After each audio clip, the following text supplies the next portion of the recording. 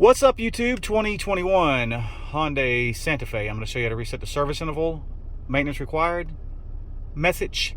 If you haven't subscribed to my channel, please subscribe. So I continue to make videos like this to make your life easier.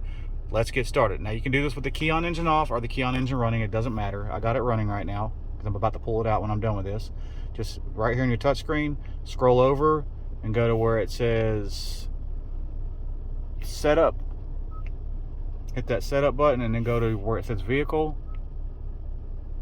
and hit the cluster and go to service interval, the second one down, and this is where you're going to set it. I'm setting it for 5,000 miles, and all you got to hit is 50 because the other two zeros are right there. Hit OK. And duration, I'm going to do, let's just say 5 months. It's up to you, man. It depends on how much you drive. And then hit reset.